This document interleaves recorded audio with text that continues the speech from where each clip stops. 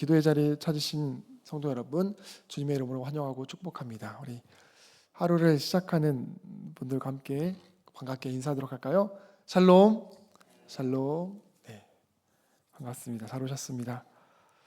네, 6월 들어서 우리 고린도전서의 말씀을 같이 살펴보고 있습니다. 어제는 우리가 고린도전서 2장의 말씀을 같이 봤는데요. 이 2장의 말씀을 통해서 성령께서 우리에게 계시하신다. 성령의 지혜에 관해서 우리가 들었습니다. 2장 10절을 보면 하나님께서 성령을 통해 이런 일들을 우리에게 계시해 주셨다. 그리고 12절을 보면 우리는 세상의 영을 받은 것이 아니라 하나님께서 오신 영을 받았다라는 말을 언급하고 있습니다. 그러면서 16절에 가서는 이렇게 선언하고 있습니다. 우리는 그리스도의 마음을 가지고 있다. 이러한 내용을 통해서 우리는 자연스럽게 기대하게 되는 것이 있습니다.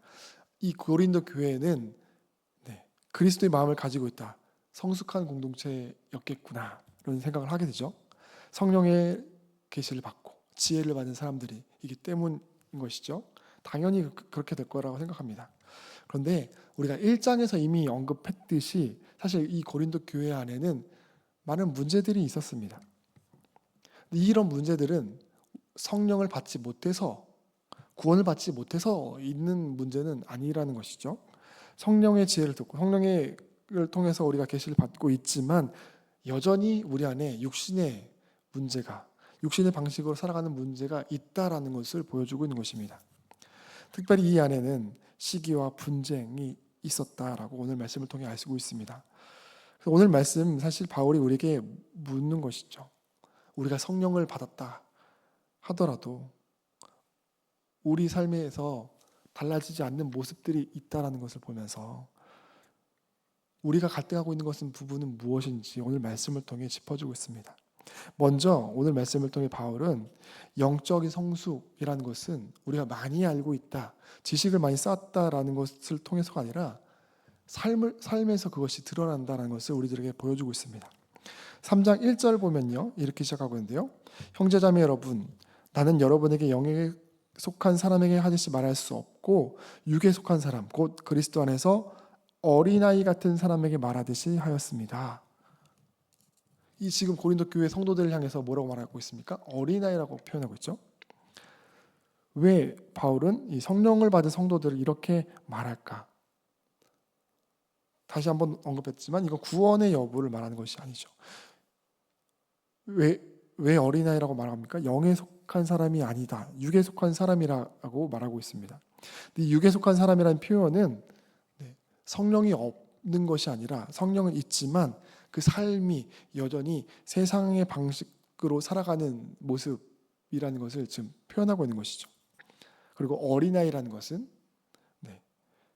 경험이 적다는 뜻이 아니라 아직 성장하지 못했다라는 것을 의미하고 있습니다. 그래서 이어서 이렇게 말합니다. 2절에 나는 여러분에게 젖을 먹였을 뿐 단단한 음식을 먹이지 않았습니다.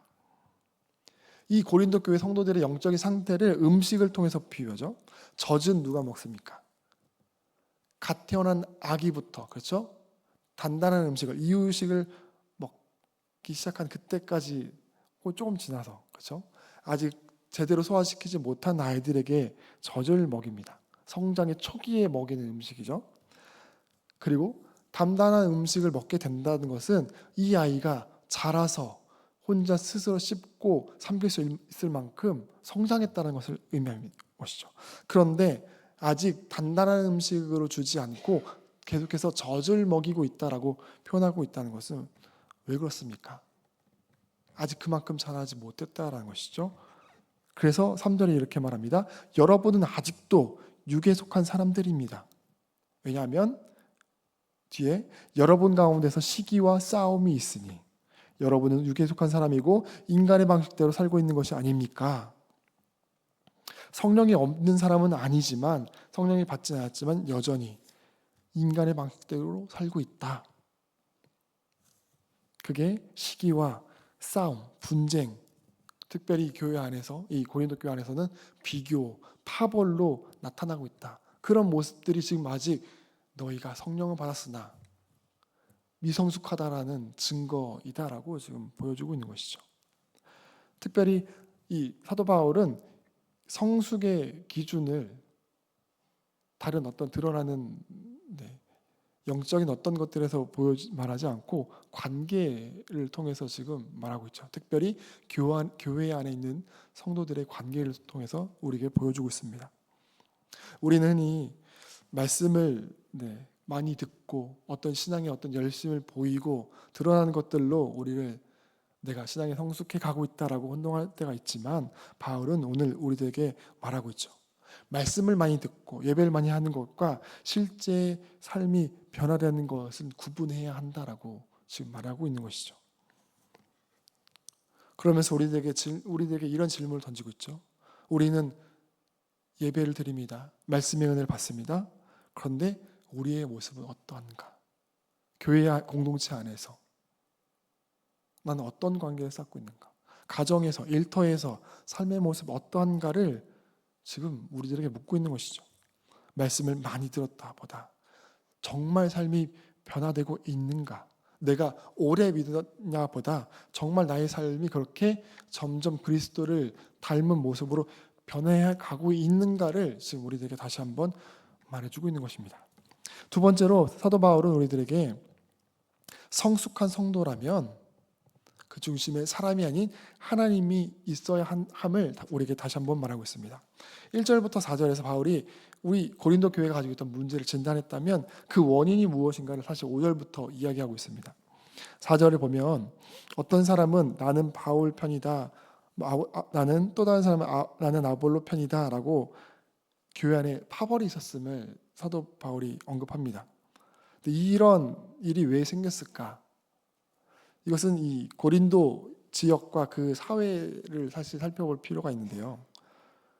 고린도 지역은 로마 제국의 그런 문화가 가장 잘 드러나 있는 도시입니다. 상업적인 도시이기도 하고요. 그 안에 그리스와 로마가 많이 발달했던 것이 철학과 수사가 아닙니까? 그것들이 많이 들어온 곳이었죠. 자연스럽게 뛰어난 연설가들, 또 철학가들을 사람들은 따라다녔습니다. 그렇죠? 그래서 내가 누구를 따라다니는가, 그것을 가지고 나의 정체성을 만들었던 분위기가 이 세상 가운데 있었는데요. 그 문화가 이제 교회 안으로 들어왔던 것이죠. 그래서 뛰어난 설교가인 아볼로, 나는 바울이다, 이렇게 그 사람을 따르면서 내가 그 안에 속했다라고 말하고 스스로를 드러내는 것이었습니다. 그것에 대해서 이렇게 5절 말씀에 이렇게 말하고 있는 것이죠. 아볼로는 무엇이고 바울이 무엇이냐? 아볼로와 나는 여러분을 믿게 한 일꾼들이다. 주님께서 우리에게 각각 맡겨주신 대로 일하였을 뿐이다. 바울은 자신과 아볼로를 뭐라고 부릅니까? 일꾼들이라고 부릅니다. 원어로는 종, 섬기는 사람이라는 뜻입니다. 자신이 주인공이 아니라는 거죠. 의도적으로 스스로를 낮추고 있습니다. 왜요? 사람들이 자신을 집중하고 있기 때문인 것이죠. 사람들의 집중을 깨트리기 위해서 자신을 낮추고 있습니다. 그리고 이어서 농사의 비유를 사용하는데요. 이어서 이렇게 말합니다. 6절에 나는 심고 아볼로는 물을 주었습니다. 그러나 하나님께서 자라게 하셨습니다. 매우 중요하죠. 심는 사람도 필요합니다. 씨를. 그리고 물을 주는 사람도 필요합니다. 그런데 더 중요한 것은 자라게 하는 사람이 따로 있다라고 지금 얘기하고 있습니다. 누굽니까? 하나님이다. 그리고 이어서 7절에 이렇게 말합니다. 그러므로 심는 사람이나 물 주는 사람은 아무것도 아니요 자라게 하시는 분은 하나님이십니다. 누가 더 중요하다고요? 하나님이 더 중요하다고. 고린도 교회 성도들을 가르치고 복음을 전한 바울과 아볼로가 아니라 결국 그들에게 복음의 근원인 하나님, 결국 그들을 또 자라게 하실 하나님이 더 중요하다라고 말하고 있는 것이죠. 우리는 어떻습니까? 우리는 내가 좋아하는 방식들, 내가 편한 공동체, 선호하는 사람들을 주로 찾게 되죠. 교회 안에서도 마찬가지고요. 바깥에서도 마찬가지입니다. 가정 안에서는 어떻습니까? 우리가 배우자나 우리 자녀들이 내 기대대로 움직이지 않으면 실망합니다. 그리고 특히나 자녀들은 우리가 내 마음대로 통제하려고 합니다. 그렇죠? 그런데 일터에서나 어디에서나 사람이 중심이 되면 반드시 문제가 생기게 됩니다. 그 안에 특별히 공동체 안에서는요, 비교가 생기고, 편가르는 것들이 보이게 되고요. 그 끝에는 실망의 모습들만 나오게 되는 것이죠. 그래서 바울은 자신을도 보지 말고 아볼로도 보지 말고 시선을 어디로? 하나님께로 지금 돌리도록 하고 있는 것입니다. 자신이 아볼로가 하나님의 중심이 되어서 그저 맡긴 그 자리, 복음을 전하고 가르치는 그것에 그냥 충성하는 것처럼 하나님의 중심이 되면 사실 다른 사람이 어떻든지 상관없이 다른 사람과 나를 비교하지 않고 편가르지 않고 그것이 문제가 되지 않고 그저 맡겨진 것에 충성하게 된다. 그렇다면 문제가 생기지 않는다는 것이죠. 오늘 그래서 우리들에게 물어보고 있는 것이죠. 나는 누구를 바라보면서 살아가고 있는가? 하나님인가 아니면 사람인가를 묻고 있는 것입니다. 마지막으로 사도 바울은 결국 우리의 삶이 그리스도의 터 위에서 평가받게 된다는 것을 10절부터 이 하반 뒷부분에서 우리들에게 말해주고 있습니다. 그 농사의 비유를 넘어서 이제 건축의 비유로 넘어갑니다. 네, 10절 말씀입니다. 나는 하나님께서 나에게 주신 은혜를 따라 지혜로운 건축가와 같이 기초를 놓았습니다. 그런데 다른 사람이 그 위에다가 집을 짓습니다. 그러나 어떻게 집을 지을지 각각 신중히 생각해야 합니다. 하면서 11절에 아무도 이미 놓은 기초이신 예수 그리스도밖에 또 다른 기초를 놓을 수 없습니다.